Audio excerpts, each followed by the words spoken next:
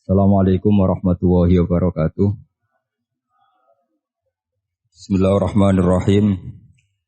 Tabarakalladzi nazzala al-furqana ala 'abdihi liyakuna lil 'alamin nadhira. Allahumma shalli wa sallim ala nabiyyillah wa ala rasulillah sayyidina Muhammadin wa ala alihi washabbihi ajmain. Nama ba'du. Kita meneruskan kajian yang paling penting dalam ulumul Quran termasuk adalah al-ibratu bi umumil lafzi la bi khususis sabab. Itu terkenal sekali. Jadi Nabi karena seorang manusia, apapun hebatnya Nabi ini seorang manusia, tentu kalau ngandani cara Jawa atau menghitopi, pasti ngendikan sama yang di depannya. Tapi bukan berarti hukum ini khusus pada yang di depannya, tapi menjadi umum. Kenapa menjadi umum? Ya karena kebaikan itu boleh dilakukan oleh siapa saja. Misalnya Rasulullah ngendikan sama Mu'ad, ya Mu'ad inni uhibbuka fala tada'anna dubura kulli sholatin. Wa fi riwayatin faqul fi duburi kulli sholatin Allahumma a'inni ala zikrika wa syukrika wa husni ibadatik. Itu jelas kalimatnya Nabi, ya Mu'ad saya mencintai kamu. Maka jangan pernah engkau tinggalkan setelah sholat kamu membaca Allahumma a'inni ala zikrika wa syukrika wa husni ibadatik. Ya Allah, tolonglah kami supaya selalu mengingat engkau ala zikrika dan mensyukuri nikmat engkau, dan tolong kami selalu beribadah kepada engkau. Lalu kalau melihat asbabil wurud, kalau dalam ilmu hadis biasanya disebut asbabil wurud, kalau dalam ilmu Quran disebut asbabin nuzul, tentu yang didhawuhi itu ya Mu'ad. Tapi Anda tidak boleh begini, saya tidak wiridan itu, yang disuruh Nabi kan Mu'ad, saya kan tidak Mu'ad. Itu tidak boleh seperti itu. Makanya kita tidak boleh terlalu tekstual, karena tadi resikonya Anda tidak mengikuti kaidah al-ibratu bi umumil lafzi la bi khususis sabab. Sebab itu saya tadi di kantor rektorat ya Pak Ondas ya, bilang nanti untuk kajian yang di kantor rektorat pakai kitab Syajaratul Ma'arif, karena kitab itu juga yang sekarang dalam proses penerjemahan saya dengan Pak Quraisyab di PSG, yang di sini pakai kitab Itqan. Nanti mulai bulan depan, karena saya dipaksa untuk meneruskan. Ini sudah kayak Tuhan saja maksa-maksa.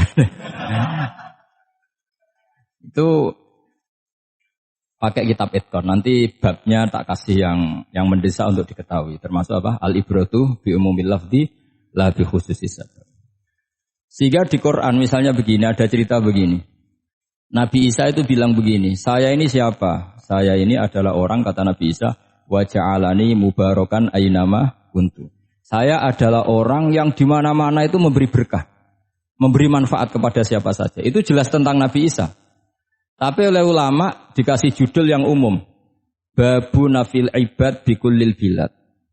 Bab bahwa seseorang harus bermanfaat hidup di mana saja, kapan saja. Meskipun itu Allah cerita tentang Nabi Isa. Tidak bisa kamu bilang itu kan Isa, saya kan tidak Isa. Tidak bisa seperti itu. Isa adalah ibaratun an ahlil khairi. Isa adalah figur orang baik. Tentu yang dilakukan baik. Tentu kebaikan boleh ditiru siapa saja. Jadi sehingga nanti pada akhirnya nama-nama yang disebut Allah di Quran itu kalau nama orang baik tentu kita boleh ikut. Paham ya? Kalau nama orang buruk tentu kita tidak boleh ikut. Ya gitu aturannya. Sehingga tadi ada al-ibratu bi umumil lafzi la bi khususis sabab. Jadi yang jadi pegangan adalah standar kalimat umum dengan pemaknaan yang ditentukan ulama. La bi khususis sabab, tidak terkait sebab itu. Misalnya yang paling masyhur tentu dalam hadis Madinah itu kira-kira kan utaranya Mekah ya Pak. Kira-kira ya. Utaranya Mekah apa selatannya? Utaranya kayaknya. Utaranya. Dulu penduduk Madinah itu kalau bikin kloset itu, pokoknya kalau qada'ul hajat itu menghadap ke utara atau selatan.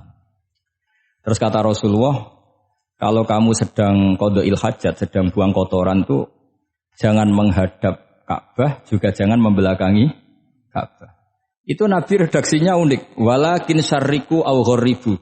Tetapi kamu menghadap barat atau menghadap timur. Itu semua riwayat walakin syarriku au gharibu, tapi kamu menghadap barat atau timur. Nah, artinya apa? Kata syarriku au gharibu adalah binisbat di ahli Madinah, karena orang Madinah posisinya di utara Mekah. Sehingga kalau menghadap utara atau selatan berarti menghadap Ka'bah atau membelakangi Ka'bah. Dan itu tidak boleh dalam proses qada'il hajat, masbuk kotoran. Terus Nabi memerintahkan menghadaplah ke barat atau ke timur. Nah, al-ibratu bi'umil lafzi la bi khususi sabab juga direvisi oleh ulama begini, kecuali sebab itu ada ilat. Maka kalau demikian yang dimenangkan ilatnya bukan teknya. Saya ulang lagi, yang dimenangkan ilatnya bukan teknya. Kayak tadi, di hadis itu kan Nabi ngintikan apa? Tetapi menghadaplah barat atau menghadap ke timur. Tentu orang Indonesia malah kalau itu kebalikannya. Orang Indonesia kalau ke barat atau ke timur kan malah menghadap Ka'bah atau membelakangi Ka'bah. Di sini pentingnya ijtihad. Dan ijtihad ini lazim, bukan harus Imam Syafi'i atau Imam Malik. Semua orang normal pasti tahu proporsi kalimat tadi. Karena ada aturan al-hukmu yaduru ma'ilatihi wujudan wa adaman. Gitu seterusnya. Ini penting saya utarakan. Sehingga ketika Rasulullah sedekah dengan dinar dikasihkan fakir miskin atau dirham dikasihkan fakir miskin, pikirannya ulama adalah sedekah dengan mata uang yang berlaku saat itu. Tidak selalu ditetapkan dinar atau dirham. Begitu juga ketika Rasulullah dulu zakat fitrah pakai susu kering atau pakai kurma atau pakai gandum. Ulama semua bilang yang penting kuti ahlil balad. Yang penting makanan pokok di negara itu. Dalam konteks Indonesia tentu apa? Beras. Ini penting saya utarakan karena tanpa mengkaji ulumul Quran seperti ini. Dan kita insya Allah bulan depan saya langsung bawa kitab Itqan. Di situ ada beberapa contoh. Harus seperti itu. Karena kalau tidak terikat sebab, itu nanti takutnya ayat umum menjadi liar. Misalnya begini, pernah ada aliran sesat dulu. Kebetulan di Jogja itu, saya lihat di TV itu. Entah salah kiainya, entah salah dosennya, entah salah siapa. Atau salah orangnya agak stres, tidak tahu saya. Semoga salah orangnya. Itu sholat menghadap ke 4 arah. Alasannya Allah nggak ada di mana-mana, ya sudah. Di barat, rakaat kedua ke utara, rakaat ketiga ke timur, rakaat keempat ke selatan. Itu uniknya itu ngawurnya lah, bukan uniknya. Ngawurnya itu dalil fa'ina matuwallu fasamma wajhuwa. Kamu hadap kemana saja di sana ada ridho Allah. Sehingga semua ulama ketika bikin kaidah al-ibratu bi'umil lafzi la bi khususi sabab selalu menyertakan kecuali khususus sabab ini ada illatul hukmi. Maka itu enggak jadi. Kayak ayat tadi, kalau kamu pakai umumnya lafaz itu kan boleh sholat menghadap mana saja.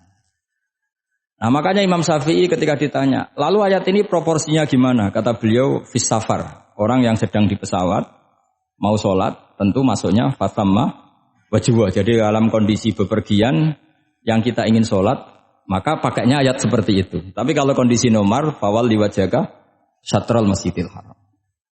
Jadi makanya ini penting ngaji ulumul Quran. Kita tidak bisa hanya megang terjemah atau megang apa, kemudian kita fatwa atas nama Quran dan hadis. Sehingga dulu syaratnya memang ketat, harus hafal Quran, hafal hadis, menguasai usul fikih, menguasai macam-macam. Karena tanpa itu memang tidak bisa. Sampai Ibnu Abbas ngendikan, kamu jangan pernah fatwa pakai Quran. Fa inna lahu wujuhan katsirah, karena Quran punya sisi yang banyak. Walakin hajuhum bisunnah. Kalau kamu adu hujjah, pakailah sunnah Rasulullah sallallahu alaihi wasallam, karena di situ penjelasan Quran. Misalnya tadi Rasulullah ketika kondisi normal pasti sholat menghadap Ka'bah. Jadi kalau bepergian nanti unta, kata riwayat-riwayat, ainama tawajjahat bihi rakhilatuh, kemana saja posisi unta menghadap.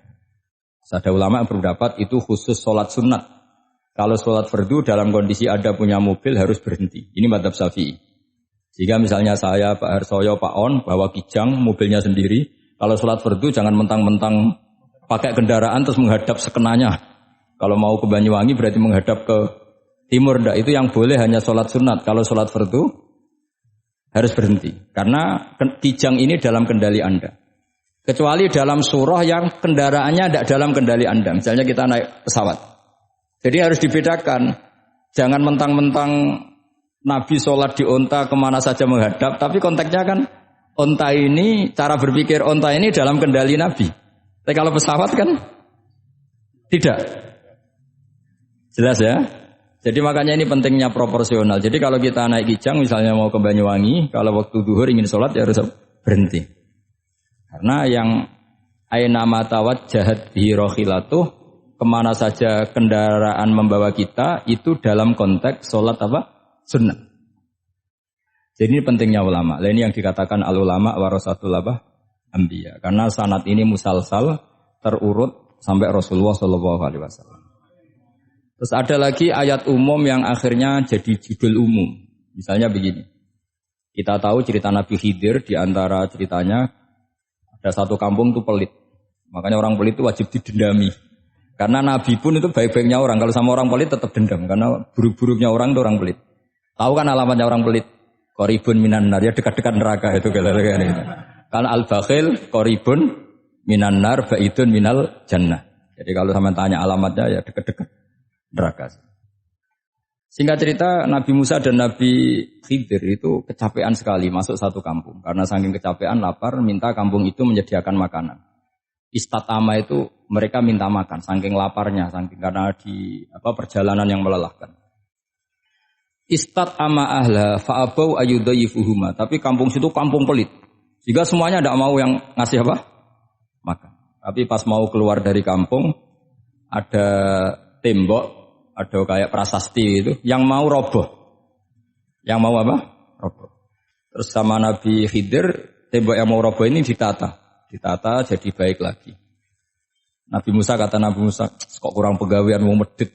Pagri mbok urusi. Jadi makanya dendam sama orang medit ini agak sunat. Karena Nabi Musa juga marah sama Nabi Khidir. Orang kayak kampung kayak begitu pelit kok temboknya apa rusak kamu benahin gitu.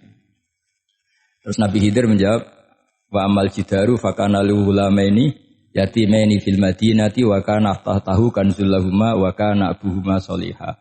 Begini loh, tembok ini adalah penyimpan harta. Penyimpan harta untuk anak yatim. Bapaknya dulu itu soleh. Artinya terus dibabkan oleh ulama. Babu ikrami sibyanil mu'minin. Bab kita memuliakan anak-anak orang soleh. Sehingga dalam adat kita menghormati Habib, menghormati Gus, menghormati anak pahlawan, menghormati orang-orang yang dulu berjuang kepada untuk Indonesia. Karena di antara yang dipertimbangkan Nabi Khidir adalah wakana abuhuma solihah. Tentu kita menghormati putra-putri yang dulu mendirikan UII, macam-macam. Ya tentu proporsional, tapi tetap saja dapat poin dulu atas nama putra pahlawan, putra orang-orang soleh. Karena Nabi Khidir ketika mempertimbangkan itu, alasannya wakana abuhuma solihah. Fa'aroda rabbuka yablughu ashuddahuma wastakhrijakan zahuma. Tentu Allah ingin kalau tembok ini roboh, kemudian kelihatan khazanahnya atau tabungannya, nanti dipakai orang-orang dolim. Kalau dipakai orang dolim, maka yang berhak tidak mendapatkan. Sama. Negara ini itu dimerdekakan oleh para pahlawan supaya dikelola secara kesolehan. Supaya dikelola secara orang baik. Maka orang soleh semua harus ikut kompetisi dengan tanda kutip merebut negara. Karena apa? Tapi tentu tidak perlu chaos, tidak perlu anarkis. Karena tentu kemerdekaan ini dibela-belain supaya kita jadi baldatun thayyibatu wa rabbun ghafur. Sama, pertimbangannya Nabi Khidir, kalau ini kebongkar, tersibak, pasti diambil orang-orang zalim. Dan akhirnya yang yatim tadi tidak dapat. Akhirnya dibabkan lagi di bab tertentu. Bab menjaga harta supaya tidak dikuasai orang zalim. Jadi akhirnya menjadi sekian varian ilmu. Pertama, varian ilmu bab menghormati anak orang soleh. Bab supaya harta ini tidak dikuasai orang zalim. Dan seterusnya dan seterusnya. Nah saya harapkan nanti dengan ulumil Quran kitab Itqan itu nanti aturan-aturan seperti itu tertanam pada Anda. Sehingga sebetulnya ulama fikih yang ngarang kitab sampai satu boto-boto itu sebetulnya ya normal-normal saja. Kalau sampean sudah mengkaji ilmu yang kayak saya kaji itu normal-normal saja. Misalnya begini, saya beri contoh ya. Orang munafik itu disifati Allah gimana? Wa idza qamu ilas sholati qamu Kesala. Orang-orang munafik adalah orang ketika mau sholat itu bermales-malesan. Terus kitab Fathul Mu'in atau Fathul Wahab atau semua kitab fikih bikin judul gini. Saya masih ingat takbirnya. Wa yusannu nasyatun li sholatin. Disunatkan kalau sholat itu ketok gumrigah, ketok semangat. Fa inna Allaha ta'ala dzamma tarikihi. Karena Allah mengkritik atau menyalahkan orang yang kalau sholat itu tidak nasyat, tidak gumrigah, tidak semangat. Mergo seperti itu adalah fi'lul munafikin, perilakunya orang munafik. Terus ditulis wa idza qamu ilas sholati qamu kusala. Artinya di situ Allah mengkritik orang munafik. Kenapa? Karena kalau sholat males-malesan. Anda ingin bersifat kayak orang munafik apa bersifat kayak Rasulullah? Tentu ingin seperti Rasulullah. Kalau ingin seperti Rasulullah ya wasari'u ila maghfiratim mir rabbikum. Kalau ada kebaikan harus cepat-cepat, harus disegerakan. Nah, sehingga nanti babnya ya sudah tidak tentang orang munafik. Babnya begini, babul musara'ah ilal khairat wa tarkil kasli. Bab bergesa-gesa atau bergegas dalam kebaikan dan meninggalkan males-malesan. Jadi tidak lagi tentang sholat, tapi tentang kebaikan apa saja. Jadi kalau kamu punya hutang bisa nyaur jam 7, nyaur jam 9 pasti disalahkan Allah. Karena bisa saja dalam 2 jam ini kita mati. Paham ya? Begitu juga kalau kita sholat bisa awal waktu, kenapa tidak awal waktu? Meskipun akhir waktu ya dibolehkan. Itu ya tadi babnya ya tentang wa idza qamu orang munafik itu ya seperti itu. Akhirnya apa? Ayat ini turun tentang orang munafik tapi pemaknaannya umum. Ini disaksikan apa? Orang-orang tua kita ini ada Pak Ersoya, ada Pak On. Pemahaman ini harus dikawal dan ini tradisi ulama. Saya pastikan di pondok-pondok atau di Al-Azhar di mana saja, itqan itu dipakai disertasi doktor. Jadi kalau betul nanti kita mengkaji itu sudah doktor semua, doktor tafsir semua. Dadaan maksudnya. Memang itu mau tidak mau dan itu mudah sekali. Saya ulang lagi itu mudah sekali. Kenapa kata Imam Syafi'i fa innal uqula mutarratun ila qabril haqqi, karena akal itu dipaksa untuk menerima kebenaran. Ciri utama kebenaran kata Rasulullah matma'an nabi qabruk. Jadi menerima itu pasti clear. Makanya disebut kebenaran itu ma'ruf, mudah dikenali. Sesuatu yang salah bahasa Arabnya itu mungkar, angkarohul aklu. Akal itu tidak nyaman. Makanya disebut apa? Munkar, sesuatu yang diingkari. Akal itu asing. Ya asing tuh misalnya, sepeda motor ini milik siapa? Milik Zaid. Ya sudah lah saya pakai, tidak usah pamit. Akal pasti, ini kok aneh, nggak milik orang kok nggak pamit. Akal pasti nggak terima. Makanya agama itu hanya menerima al-ma'ruf yang mudah dikenali dan menolak al-mungkar, sesuatu yang akal itu nggak terima. Jadi Imam Bukhari ketika ditanya, kenapa kamu salim itu bisa mensarai sanad-sanad Rasulullah? Kata beliau, kalau kamu akalnya normal itu ya gampang saja. Terus ditanya, contohkan. Beliau contohnya begini. Pernah syurrahul hadis, para pensarah hadis itu habis otaknya. Gara-gara Imam Bukhari bikin judul begini. Babu sihhati tolakil akhras. Ingat-ingat ya. Babu sihhati tolakil akhras. Bab sahnya tolaknya orang bisu. Orang bisu itu orang nggak bisa ngomong tuh kalau bahasa Jogja itu. Bisu ya? Bisu. Bisu itu cerita bab sah tolaknya orang akhras. Ternyata apa? Sekian riwayat yang dipakai itu begini.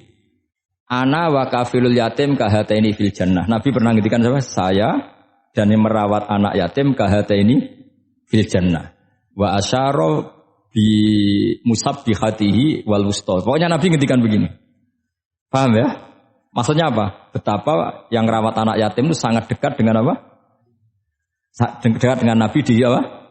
Surga. Terus hadisnya berikutnya, asyahru hakada pakai tangan 10, ahakada wa hakada wa hakada berarti 30. Asyahru hakada wa hakada wa hakada berarti berapa?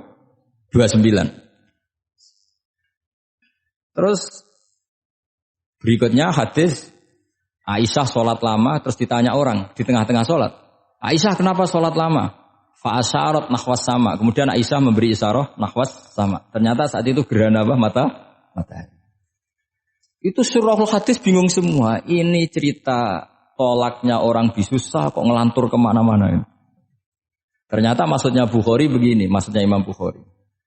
Penjelasan yang namanya tolak itu kan sihot. Ya sihot. Tahu sihot. Akad lah kalau dalam bahasa Jogja mungkin. Kalau kamu nikah kan angkah tuka wazawazwa terus bilang apa qabil tu nikahaha wa taswiyah. Terus kalau kamu menceraikan istri kamu bilang kamu saya ceraikan. Yang dikatakan sihot itu adalah ekspresi atau implementasi dari sesuatu. Misalnya kamu ingin tolak, bilang saja tolak. Kalau kamu ingin muji orang, bilang saja begini. Pasti itu maknanya muji. Kalau ingin menyemooh, bilang begini. Nah, artinya gini, kalimat itu bisa diganti isyarah. Saya ulang lagi, kalimat itu bisa diganti.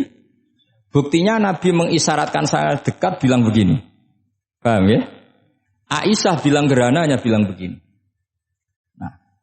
Kalau begitu orang yang bisu ya punya cara menceraikannya. Dia cukup melakukan isyarat Yang isyarat itu pasti difahami sebagai cerai.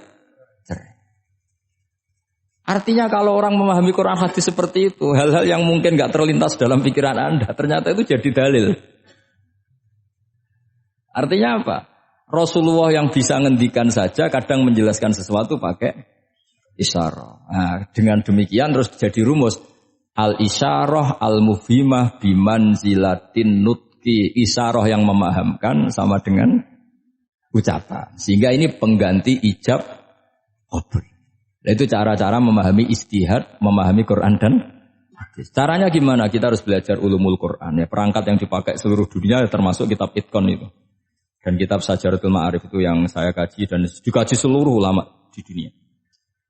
Karena saya tidak biasa ngaji tanpa kitab yang perlu kita kaji. Saya sendiri itu bisa seperti ini ya barokahnya kitab-kitab itu. Jadi nggak terlintas tapi ya tadi. Rasulullah yang bisa ngendikan saja, sering iktifa, sering ngalap cukup dengan apa? Isyarah. Oh kalau gitu berarti al-isyarah bimanzilatin nutki. Isyarah itu sama dengan ijab dan qabul. Apalagi ini orang akhros, orang bisu yang nggak bisa ngomong. Lalu kalau tolak kayak apa, kalau nikah kayak apa. Ya, tapi Imam Bukhari itu uniknya tadi bikin judul Babu Sihati Tolakil Akhros, kemudian cerita anak wa kafilul yatim. Nah, itu kalau orang kan nggak sambung, ini sambungnya di mana? Kok malah cerita anak yatim? Ternyata kata kuncinya kahata ini seperti ini dan orang paham sangat sangat.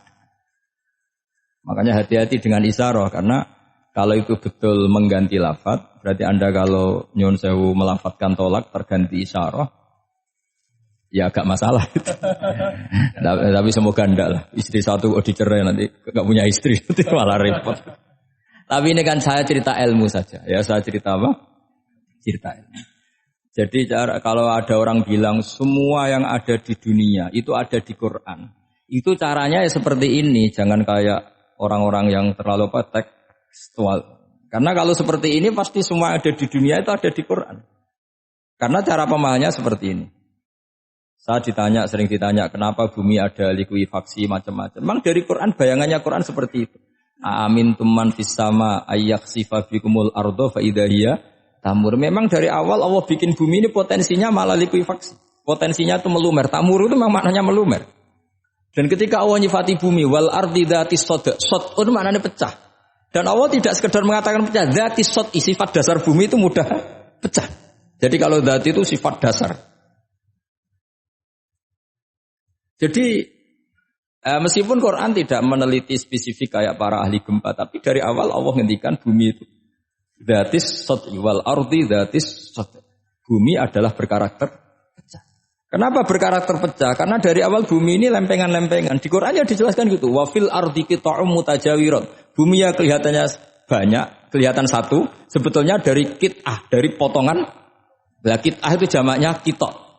Terus disebut mutajawirat, saling berdampingan. Kalau dalam bahasa Arab berdampingan itu berarti sel-selnya beda. Kalau bahasa Arab bilang sesuatu yang bercampur namanya mukhalatoh, jadi satu. Kalau yang beda jenis namanya mujawarah. Nah, Al-Quran itu bilang wafil ardi qita'um mutajawirat. Bumi ini karakternya per potongan-potongannya karakternya beda-beda. Sehingga memang potensinya bumi ini hancur. Apalagi dari awal memang dipersiapkan mau dihancurin. Makanya enggak usah takut kiamat, memang rencana Tuhan mau dihancurin gitu. Makanya sanggup takwa saja. Kalau ingin menghentikan penghancuran ini tidak bisa. Itu sudah dalam rencana Tuhan pasti dihancurin. Makanya kalau orang sufi ditanya, kenapa tidak bangun rumah? Tuhan aja mau rencana hancurin bumi kok rumah tak tata nanti juga hancur. Gitu. Tapi kalau di Islam kota saya ngomong gitu kan dia apa ini orang nggak jelas ini. Gitu. Padahal yang kedonyan itu yang nggak jelas sebetulnya. Tapi ini saya cerita jadi supaya UII ya yang didirikan ulama-ulama. Saya masih ingat ketika Profesor Zaini cerita, Pak Zaini saya ini kan kiai, saya tidak punya gelar apa kok. Jangan minta bantuan ini. Katanya Pak Zaini dulu UI ya didirikan banyak kiai dan sebagian pendirinya juga gak punya gelar katanya. Gitu. Tapi mendingan gak punya gelar manfaat daripada punya gelar gak manfaat. Malah problem. Tapi ya gak masalah. Sudah ada manfaat gak punya gelar malah repot lagi. Sudah cara berpikir gitu saja. Sudah. Pokoknya sementing semuanya baik apa saja. Jadi nanti setelah sampean mengkaji ulumul Quran ya tadi seperti yang dikatakan Imam Syafi'i itu gampang sekali. Kenapa gampang? Karena fa'innal uqula muttarratun ila qabulil haq. Akal ini pasti dipaksa untuk menerima kebenaran. Kayak saya berkali-kali ditanya sama seorang kiai, kenapa sih Gus masalah la ilaha illallah kok sampai Nabi ngendikan wa in zana wa in saraka. Siapapun yang melafadzkan la ilaha illallah Muhammadur Rasulullah itu suatu saat pasti masuk surga. Meskipun dia pernah zina, pernah maling. Itu jelas teks hadis di Bukhari, di Muslim, wa in zana wa in saraka. Meskipun zina dan ini bukan berarti Nabi melegalkan perzinahan, enggak, ma'adzallah, enggak akan terjadi. Nabi melegalkan perzinahan. Tapi Nabi ingin ngendikan begini. Absolutisme kebenaran itu tidak terganggu oleh kesolehan dan kefasikan. Karena kebenaran absolut siapapun akan ngomong seperti itu. Saya berkali-kali nyontohkan, Rektor Al-Azhar akan bilang 1 tambah 1, 2. Lonte ya bilang 2, koruptor ya bilang 2, KPK ya bilang 2, 01 ya bilang 2, 02 ya bilang 2. Karena absolutisme kebenaran. Dan Nabi itu ingin mengatakan bahwa Allah Tuhan ini kebenaran sejati. Sehingga siapapun yang melafadzkan sah. Jika orang yang kafir 70 tahun sekali melafadzkan syahadat, sah. Tidak usah begini. Pak kafir, soleh dulu ya beberapa tahun gitu. Baru Anda sah melafadzkan kalimat la ilaha. Tidak ada seperti itu. Semua ulama ijma. Orang kafir 70 tahun melafadzkan la ilaha illallah sekali, langsung menjadi Muslim. Kenapa sah? Kebenaran absolut tidak bersyarat kesolehan maupun kefasikan. Ya kayak tadi, orang bilang 1 tambah 1 harus profesor apa anak TK boleh? Jangan mentang-mentang profesor, doktor, rektor, UGM atau UI. Tadi anak kecil bilang berapa 1 tambah 1, 2. Sudah aku tak bilang 4. Tidak bisa. Kebenaran absolut itu orang akan sepakat. Nah, Quran itu termasuk kebenarannya absolut. Maka harusnya siapapun bisa memahami Quran. Termasuk orang yang sebelum Islam. Sekarang saya tanya ke sampean, ketika Umar masuk Islam karena dengar Quran, itu dulu dengarnya apa dulu Islamnya? Dulu dengarnya, dan dia paham. Wa ma huwa min kalamil basar, ini tidak mungkin omongan manusia seindah ini. Karena mudah difahami Quran. Nah sekarang enggak, karena ada sistem akademik. Itu terus orang macam-macam urutannya. Jadi repot sekarang. Kalau kata tafsir At-Tabari lebih ekstrim lagi. Idla yuqalu masalan ifham bima la aqlalak. Jadi orang-orang kafir ini kan, orang-orang kafir Mekah ini kan Rasulullah jadi nabi ini kan semua orang masih kafir. Enggak ada mahasiswa UI, enggak ada orang NU, enggak ada orang Muhammadiyah. Semuanya orang kafir, semuanya masih kafir. Terus Nabi membawa Quran, maka khitab pertama itu bukan ya ayuhan nahdiyun, ya ayuhal muhammadiyun. Khitab pertama kul ya ayuhal kafirun, karena pendengarnya semuanya kafir. Dan itu mereka paham. Tapi nanti soal hidayat nomor 2, tapi mereka itu yang jelas paham. Sehingga banyak orang kafir yang menjadi muslim karena mendengar Al-Quran. Jadi ini penting diketahui karena kebenaran itu milik siapa saja dan akan mudah dipahami. Kayak tadi, kalau 1 tambah 1, 2 itu rektor ya bilang 2, anak TK ya bilang 2, musuh kamu ya bilang 2, kamu atas nama sentimen dengan musuh pun tetap bilang. Nah di sini kadang Nabi ngendikan mangqala la ilaha illallah dakhalal jannah wa in zana wa in saraka. Proporsinya seperti itu, bukan berarti Nabi melegalkan zina, bahwa kalimat ini kalimat yang kebenarannya absolut sehingga siapapun sah mengatakan itu, meyakini itu meskipun punya masa lalu seperti itu. Jadi jangan salah makna terus Nabi melegalkan, enggak sama sekali. Jadi saya mohon ini jadikan satu ilmu. Bahwa ilmu adalah tetap apa? Sehingga ada ayat kulil ladzina kafaru iyantahu yughfar lahum ma qad salah. Katakan kepada orang-orang kafir sekali menghentikan kekafirannya yughfar lahum ma qad salah. Maka kekafiran di masa lalu dianggap hilang dan dia hanya dengan status yang sekarang yaitu seorang mukmin. Karena dia disahkan melafadzkan la ilaha illallah. Makanya pernah ada cerita, ini penting saya utarakan ke jenengan. Ada orang kumpul kebo, singkat cerita, kumpul kebo lelaki sama perempuan. Suatu saat Nabi dikasih tahu sama tetangganya, ya Rasulullah, orang yang biasa kumpul kebo itu sekarang sudah nikah. Jawabannya Nabi unik. Alhamdulillah, kira-kira gitu kalau bahasa Indonesia, qad kharaja min sifahin ila nikahin. Dia sudah keluar dari tradisi zina, sekarang dia sudah dengan kehormatan nikah. Maksudnya gini, kalau malam Senin dia belum nikah, kumpulnya kan masih kumpul kebo. bertahun-tahun gitu. Paginya dia nikah, malamnya sudah kumpul sunnah. Karena sudah nikah. Jadi tak sama seperti tadi. Kalau dia belum melafalkan kalimat tauhid, ya statusnya dia kafir. Sekali melakukan kalimat tauhid, ya statusnya dia muslim atau mukmin. Sama. Ketika hubungan intim tanpa nikah namanya sifah perzinaan. Sekali nikah ya namanya sunnah. Jadi semudah itu. Dan Nabi tidak tanya macam-macam. Mau ngendikan qad kharaja min sifahin ila nikahin. Sudah keluar dari tradisi sifah menuju nikah. Pertanyaannya gini, kenapa enggak disyaratkan ini itu untuk nikahnya? Misalnya macam-macam. Ya sebetulnya syarat itu pasti ada, cuma begini loh. Orang yang ingin menghentikan keburukannya harus kamu katakan sah sekarang juga. Karena kita mengesahkan penghentian keburukan. Jangan lalu orang yang mau tobat malah dipersulit. Jadi misalnya la ilaha illallah, kamu belajar makhraj dulu, bilangnya la benar. Belajar bahasa Arab dulu. Ya kacau. Apalagi saya persiapkan seremonialnya dulu, nanti di masjid di syuting supaya satu Indonesia tahu yang Islamkan saya itu kayaknya yang engkek itu malah repot lagi. Ini penting saya utarakan supaya clear. Jadi saya ulang lagi, al-ibratu bi umumil lafzi la bi khusus sabab. Allah ya enggak apa-apa cerita Nabi Musa, cerita Nabi Isa, cerita misalnya begini, bolehkah orang soleh itu jadi raja? Jawabannya harus bilang boleh. Karena Allah pernah menfigurkan tokoh soleh yang bernama Sulaiman dan Daud. Dan beliau adalah raja. Ketika Imam Syafi'i ditanya, bolehkah orang Islam tidak kawin? Ya asal dia ada zina ya boleh. Karena Allah menyebut hamba yang soleh dan sebagian mereka tidak nikah. Yaitu Nabi Yahya dan Nabi Isa. Itu wasayyida wa hasura wa nabiyya minas sholihin. Jadi cara berpikir Imam Syafi'i gampang. Bagaimana hukumnya orang Islam yang enggak nikah padahal dia tapi asal enggak zina loh ya. Ya jawabannya ya boleh karena Allah mensifati Nabi Yahya dan Isa dengan status hasur, tidak apa? Nikah. Bolehkah seorang soleh jadi raja? Ya boleh. Daud dan Sulaiman itu seorang soleh dan jadi raja.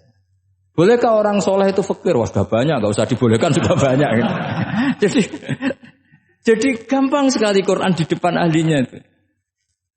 Jadi kalau Imam Syafi'i ditanya, fa inna wa ta'ala dzakara abdan sholihan wa qala wa sayyida wa hasura wa nabiyyam minas sholihin. Ternyata ini orang yang ditanya, apakah boleh orang soleh itu jadi politikus, jadi pejabat? Ya boleh saja.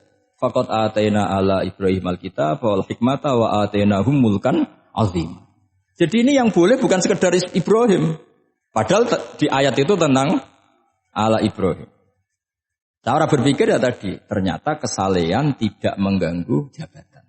Ya tentu ya maksudnya untuk kesalehan juga. Jika agama ini gampang.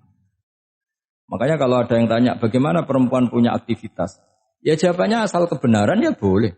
Allah cerita Bilqis dan itu raja perempuan.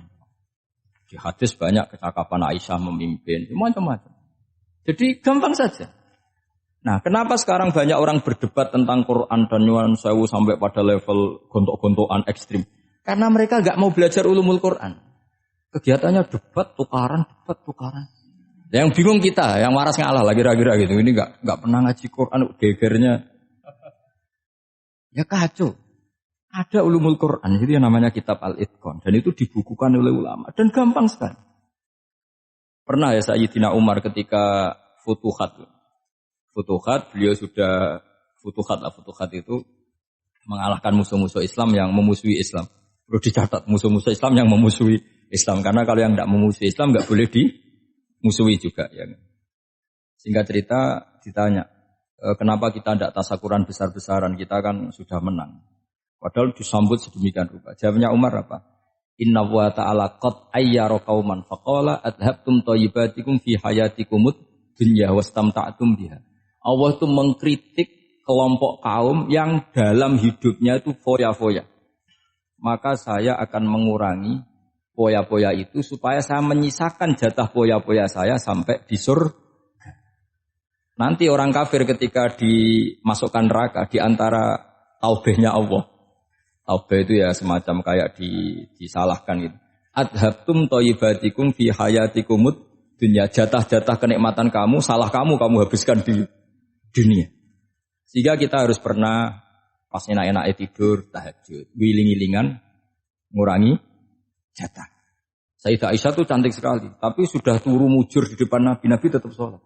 Kalau sampean istrinya tidak cantik saja nggak pernah tahajud. Itu masalah besar. Itu Aisyah itu kenangannya Aisyah. Saya ini kurang cantiknya. Sampai Nabi kalau sholat digoda tidur di depannya masyhur. Wa ana mu'taridotun. Saya tidur malang di depan Nabi. Nabi kalau berdiri sikilnya aku tak dojorno. Kalau Nabi mau sujud tak ingkretno. Nabi terus saja tahajud. Dan saya yakin itu sunnah tidak ada yang niru itu. Aisyah loh, bukan yang Saudah, Aisyah. Di semua riwayat itu, kalau Saudah kan mungkin, wah pantesan Saudah kan gitu. Ini, Aisyah. Terus ada cerita lagi, betapa Rasulullah memang Nabi betul. Aisyah itu istrinya paling cantik. Kan yang nyanyi cantik itu hanya Aisyah, Zainab sama Sofia. Kira-kira rivalnya itu. Yang rivalnya itu, kira-kira. Yang sebagian ya cantik tapi enggak sekelas ini. Rasulullah itu malam-malam keluar. Terus pikiran Aisyah, pasti ke sebagian rival saya. Doroh itu maru kalau coba. Dibuntuti sama Aisyah. Nabi enggak tahu kalau dibuntuti Aisyah. Ini hadis riwayat doa masuk kuburan. Maka, jadi hadis itu ya unik. Kalau enggak di tangan ulama itu jadi kacau. Babu doa li ahlil kubur. Bab mendoakan ahli kubur itu babnya itu tentang cemburu. Walhasil karena Nabi keluar, wah ini mesti enggak benar ini. Paling ke Sofia atau ke ya pokoknya Zainab pokoknya yang cantik-cantik. Ditututi sama siapa Aisyah. Nabi enggak tahu kalau itu. Ternyata Nabi itu kebaki. Kebaki terus assalamualaikum daraqaumil mukminin wa inna insyaallah bikum lahikun. Jadi barokahnya cemburu, hadis itu ada rawinya. Oh, ternyata ke kuburan toh. Itu sampai pulang jadi hadis itu diriwayatkan Aisyah. Ghirtu itu cemburu. Saya ini cemburu sama Nabi. Malam-malam keluar tak tututi jubli moro kuburan. Lah, sahabatnya tanya muridnya Aisyah. Lalu baca apa? Assalamualaikum daraqaumil mukminin wa inna insyaallah bikum lahikun. Kalau sampean kan enggak dibuntuti tok bar tenan. Mesti barbaran. Jadi ini penting saya utarakan. Jadi coba ulumul Quran dikaji secara baik. Insyaallah nanti maknani Quran itu mudah. Karena memang sesuatu itu harus ada ilmunya. Ya sesuatu itu harus ada. Banyak ulama itu nangis karena mudah memahami rahmat Allah. Abu Yazid Al-Bustami itu jadi wali bukan karena banyak wiridannya, enggak. Dia setiap makan itu memuji begini, ya Allah, engkau itu enggak butuh saya, tapi kenapa ngasih makan saya? Kalau majikan ngasih makan karyawannya kan supaya mau kerja. Semua kebaikan manusia itu pasti ada imbalannya. Tapi engkau itu enggak butuh apa-apa, kenapa ngasih nikmat kepada manusia padahal engkau tidak butuh. Itu kan aneh betul. Kalau apapun ikhlasnya orang, kalau ngasih itu kan ada maunya. Meskipun sudah bilang ikhlas. Oh sudah, tapi kalau Allah itu tidak butuh. Misalnya ada orang nyumbang masjid ikhlas. Tetap di hatinya, benak Jumatan Par, Quran yang dindi. Tetap ada kepentingannya. Tapi kalau Allah tidak. Sehingga cara mensifati Allah itu luar biasa. Makanya orang jadi wali itu diantara kata Rasulullah, Inna woha la yardu anil abdi idha akalal aklah fayahmaduhu alaiha au yashrubah syarbah fayahmaduhu alaiha. Allah itu sangat ridho. Orang jadi wali itu kan diridani Allah. Allah itu sangat ridho kalau seseorang makan kemudian dia muji Allah. Coba apa hebatnya Donald Trump kalau gak makan ya lemes mati. Apa hebatnya presiden seluruh dunia kalau gak makan ya lemes mati. Orang yang katanya paling top di dunia itu nak gak makan kangkung nyatanya ya lemes. Hebatnya di mana coba? Yang kita puji-puji hebat, ternyata kalau nggak makan itu lemes. Pak Rektor nggak makan lemes, apalagi Pak Onel nggak makan lemes. Hebatnya apa coba? Dan terus kelihatan wa khuliqal insanu dhaifa. Makanya ketika Allah mengingatkan orang yang menyembah Isa, Allah hanya menghentikan gini, karena yakulani to'am. Isa dan ibunya itu makan. Maksudnya kalau nggak makan itu ya lemes. Kamu kebayang nggak punya Tuhan terus? Pak Tuhan, jangan lemes, monggo darian ya. Kayak apa malunya kita punya Tuhan kalau enggak makan apa? Lemes.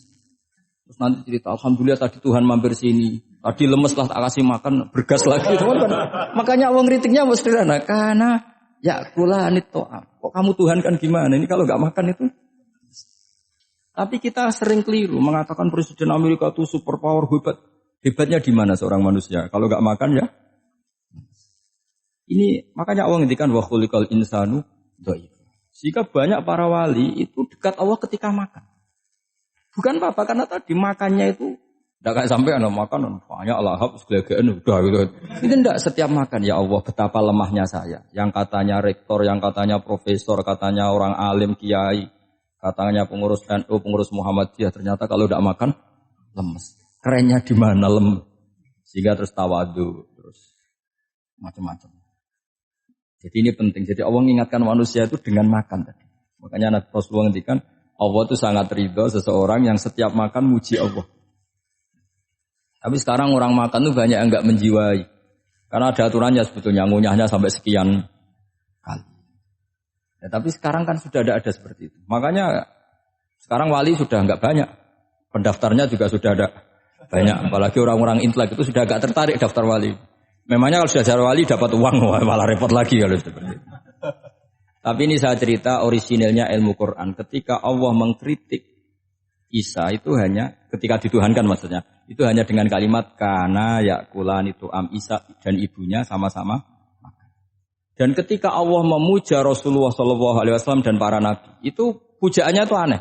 Wa ma arsalna qablaka minal mursalin illa innahum la yakuluna ta'ama wa yamshuna fil aswaq. Saya tidak pernah menugaskan para rasul kecuali mereka itu ya makan dan jalan-jalan di pasar.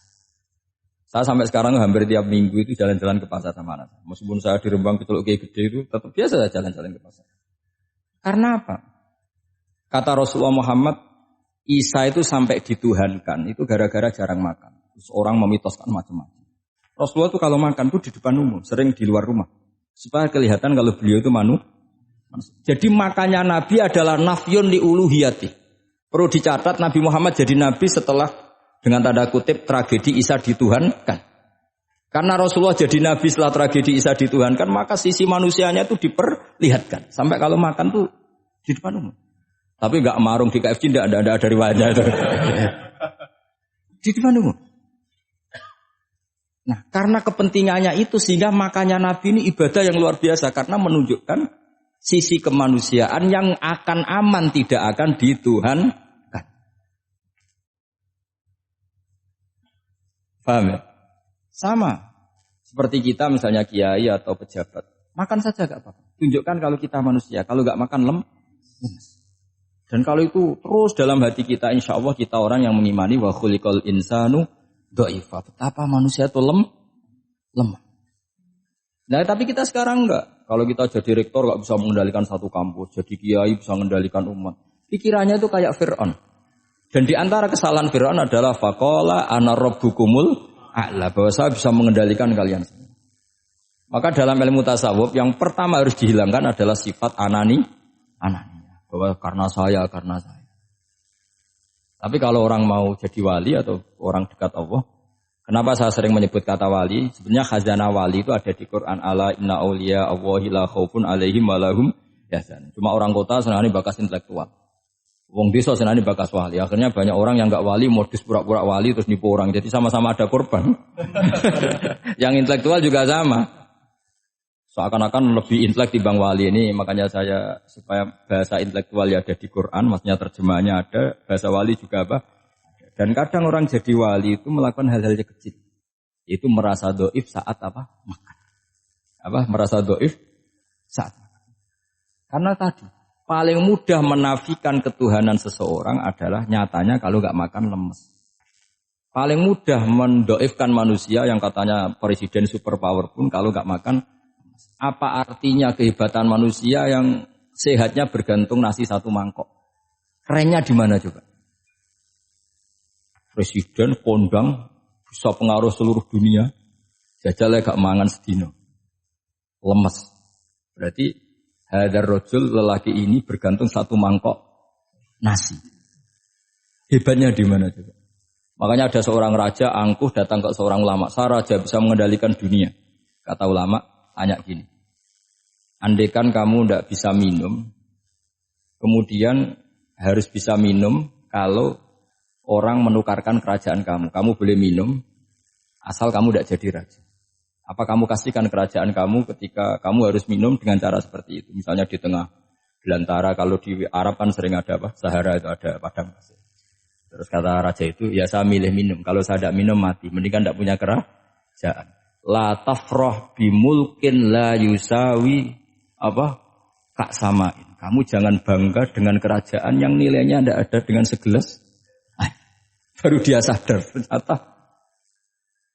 Jadi kamu jangan bangga dengan satu kerajaan yang bahkan akan kamu tukarkan dengan segelas. Artinya pertanyaannya gini, kerajaan yang kamu bisa mimpin ini ditumpang air apa ditopang keangkuhan Anda? Sebenarnya hanya ditopang air. Karena sekali Anda tidak minum, tidak bisa jadi raja. Terus lemes, diobatno. Sama presiden juga gitu. Kalau nggak makan, nggak minum, terus sakit, stroke, nggak bisa jadi presiden. Artinya ternyata betapa manusia ini bergantung dengan sesuatu yang remeh, yaitu makan, minum, makan, minum. Nah di sini ini, kenapa Quran menyebut para nabi itu apa? Illa innahum la ya'kuluna ta'ama wa yamsuna bil aswaq. Kalau kamu tidak memahami seperti ini kan terus kayak Quran kok ngomong hanya gini kok. Kayaknya kelasnya kok enggak intelek gitu. Cara pandang enggak seperti itu. Paham ya? Jadi supaya lebih memahami Quran dan kamu akan lebih tasdik kepada Quran sebagai kalamullah yang pegangan kita semua. Saya kira demikian. Assalamualaikum warahmatullahi wabarakatuh.